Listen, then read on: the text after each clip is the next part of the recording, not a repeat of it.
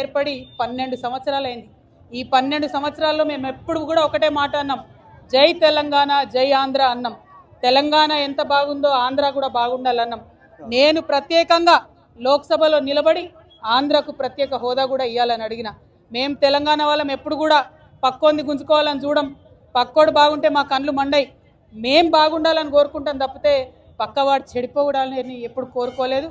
మా ఉద్యమంలో ఒకవేళ మేము అట్లా కోరుకున్నట్టయితే ఉద్యమ స్వరూపం వేరేలాగుండే, మా బిడ్డలు ఆత్మబలిదానాలు చేసుకున్నారు తప్పితే ఒక్క పరాయి రాష్ట్రం వాడి వ్యక్తి మీద కూడా చెయ్యి ఎత్తలేదు మేము ఎప్పుడు కూడా।